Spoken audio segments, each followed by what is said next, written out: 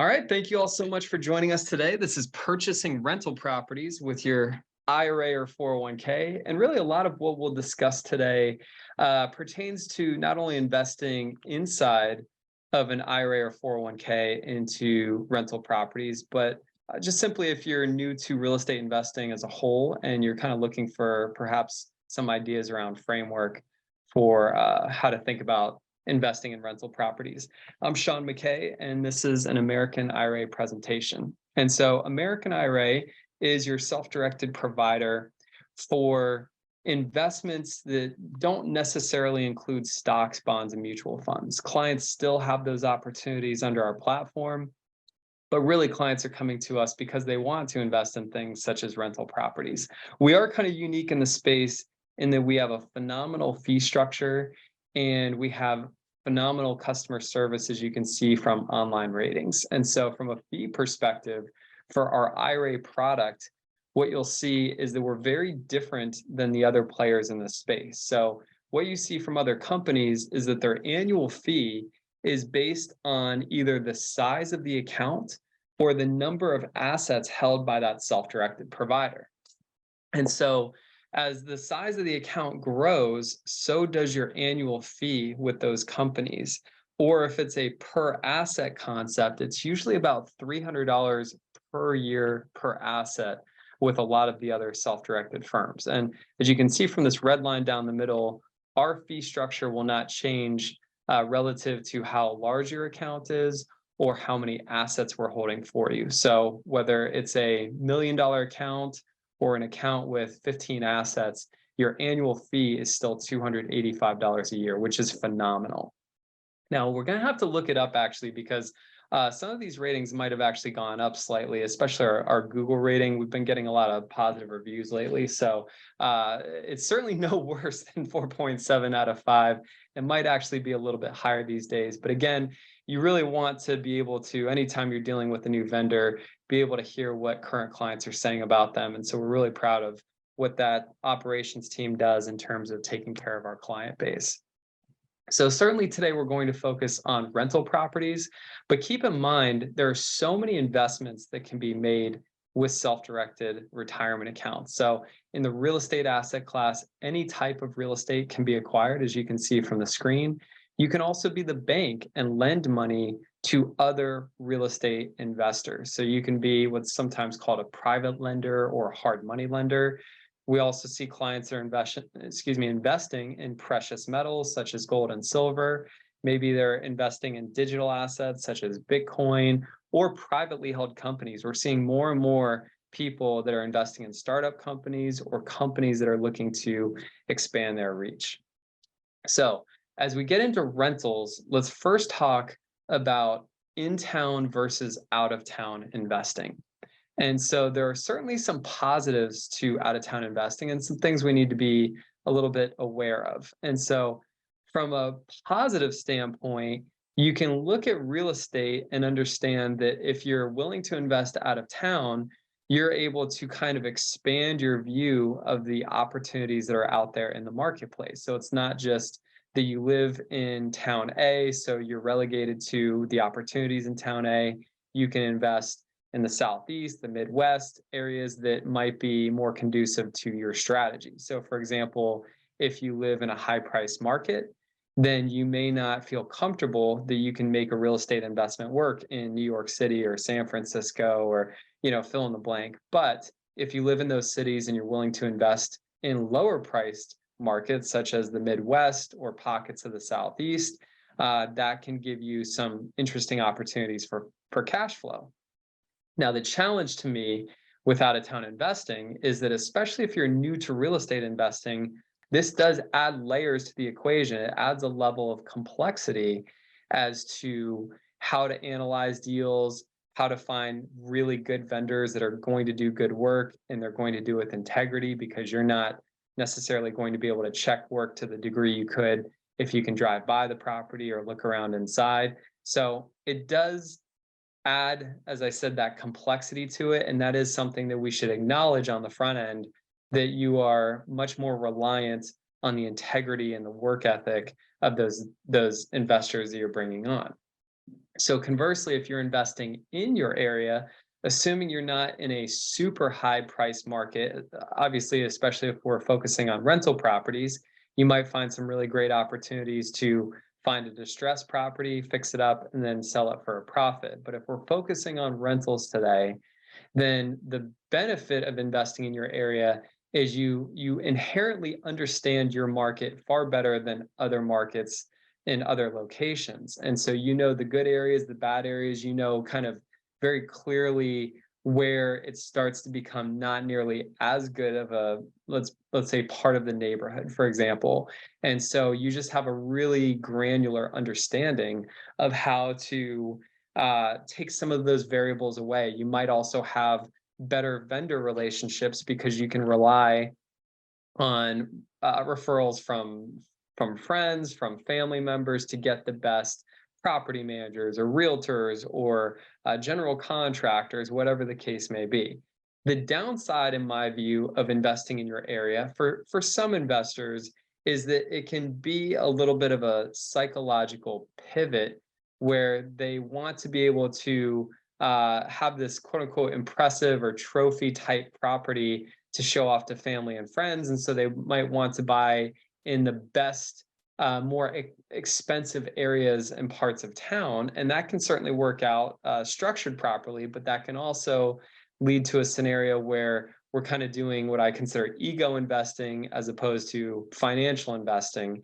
And so we want to make sure that we kind of guard against that. And we're not buying properties just because we want to be able to talk about it at the Christmas party. We want to make sure that this is aligned with what we're trying to accomplish with our investing. So now we're going to talk about the areas as it pertains to the more expensive areas versus the less expensive areas and some things to be cognizant of. And so we just touched on, if you look at areas, they're usually graded from an A to a D category. So A is the most expensive, most desirable parts of town. And then D is the other end of the spectrum where it's crime ridden and it's not considered a very desirable place to live. And so the A side, again, it's very desirable. So you'll always have people that want to buy properties there. They want to rent properties there. But it can be very difficult to make those properties cash flow. It can also sometimes be a scenario where those A properties have more turnover because people might move into your metropolitan area from somewhere else in the country, and they know that that's a really affluent, expensive area, whatever the case may be. And so it's an easy, safe place to rent. And then they take the next year to find where they want to purchase their home. And so sometimes what you'll find with the A properties is you can have turnover every year because you kind of have this cycle, if you will, of people moving from out of town. They rent for a year to get the lay of the land, and then they move on, they buy. And so that can certainly hurt from a cash flow perspective. Now, again, with the D properties, it can be a little bit challenging if you're not really keyed into what are stable D areas, because there are a lot of investors that do incredibly well investing in D properties, D areas, because they understand that there are stable pockets where you can get quality individuals that they're just looking for a safe, quiet, clean place to live. They may not at this point have the financial ability to spend a lot more in rent, but they're super high quality individuals. And so certain areas will allow you to find those high quality residents. And then there are other D areas where it's going to be more challenging because there's a lot more crime. And so that's a scarier place for residents to live. And so you're gonna struggle to find those high quality residents in those pockets. So as we talk about the sticks and bricks, I think, again, as with anything, there are some variables. There's no black and white easy answer to make here, but understanding that from a standpoint of value, from a standpoint of knowing what you're getting yourself into, there are some pros and cons with older neighborhoods versus newer neighborhoods, and we'll consider kind of cookie cutter neighborhoods. And so with the older neighborhoods, it can be a really interesting value add opportunity if it's a distressed property.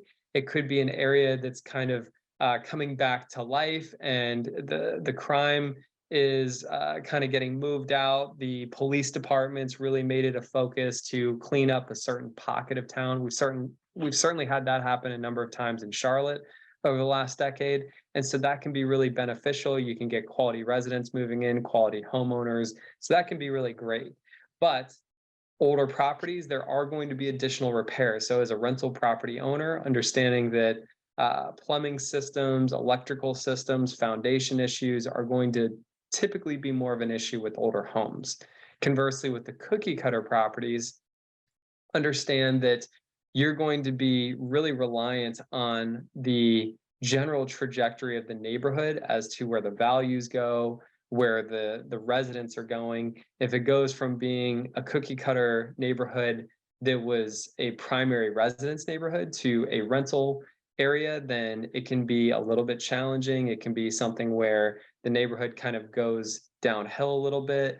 And so we want to be just aware of the fact that cookie cutter neighborhoods, the benefit is that usually it's going to be better, newer plumbing, electrical, et cetera, et cetera. Certainly foundation issues, if it's even built on a crawl space, are usually not an issue with a newer home, unless unfortunately you got a little bit of a lemon there.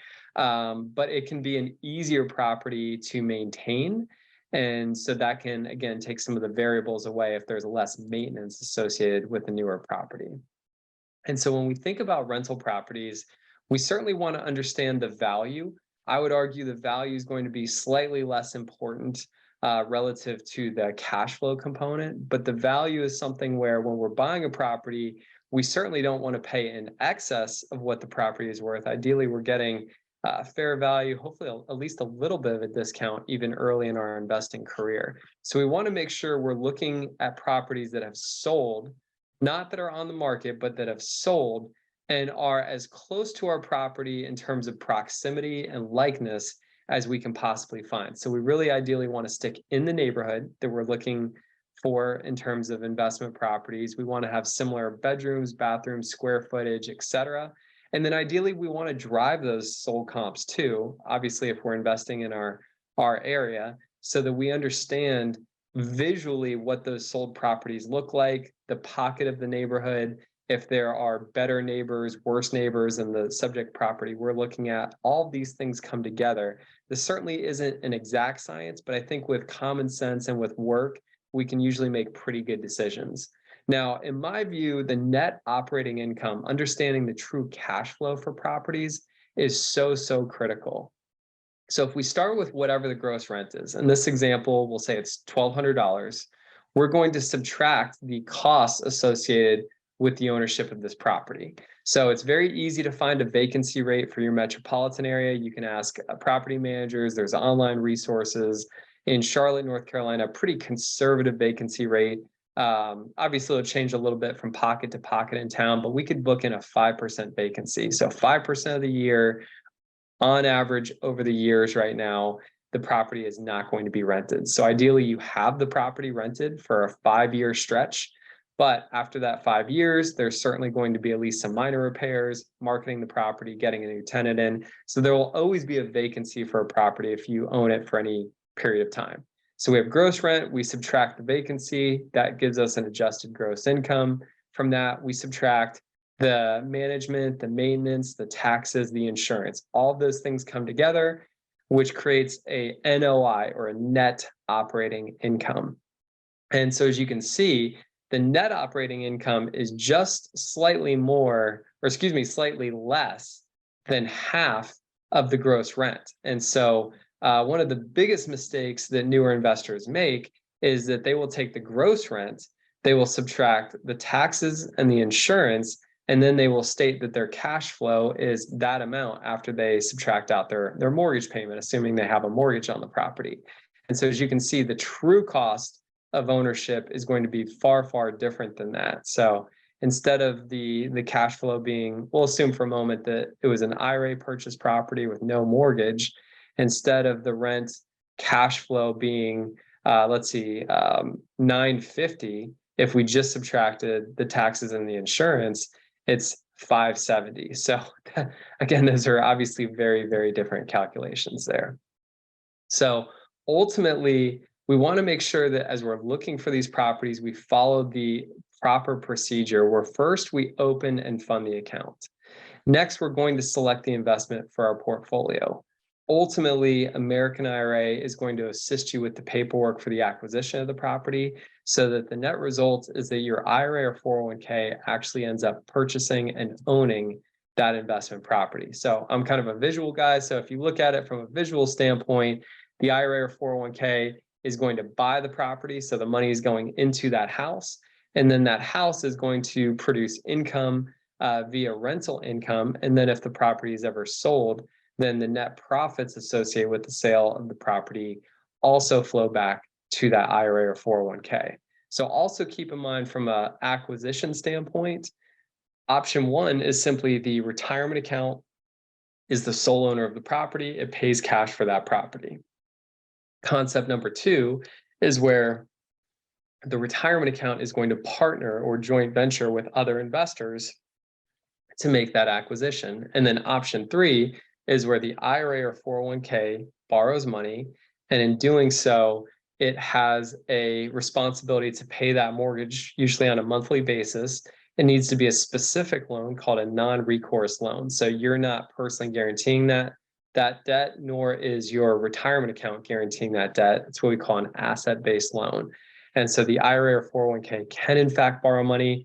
There's definitely some discussion to be had in terms of possible tax ramifications, et cetera, in doing option three. But that, of course, is an option for you. So we're going to just briefly talk here about an example with full-time Frank. Like many individuals that are clients, has a very full-time job, family, social obligations. He's a busy guy, just like so many of us are. But he's seen the statistics that 90% of first-generation millionaires, they've created their wealth through owning real estate. And so he wants to get involved in the real estate asset class. So he does really about the most vanilla deal you can possibly do. He hires a realtor. The realtor helps him to find the right opportunity. Frank has the cash to just simply pay outright $120K. So that's the purchase and the rehab for a nice little starter rental property. The rent is $1,000 a month. And so we'll say that roughly 50% of the expenses, of the gross rent go to expenses. So the property cash flows roughly about $500 a month. So again, very, very simple, no creative techniques being utilized here, just simply working with the realtor, finding a quality property in his price range, and then acquiring that asset and moving forward. So hopefully there was some value in there for you today. So this is through our American IRA LLC YouTube channel. So definitely feel free to check that out if you haven't done that already.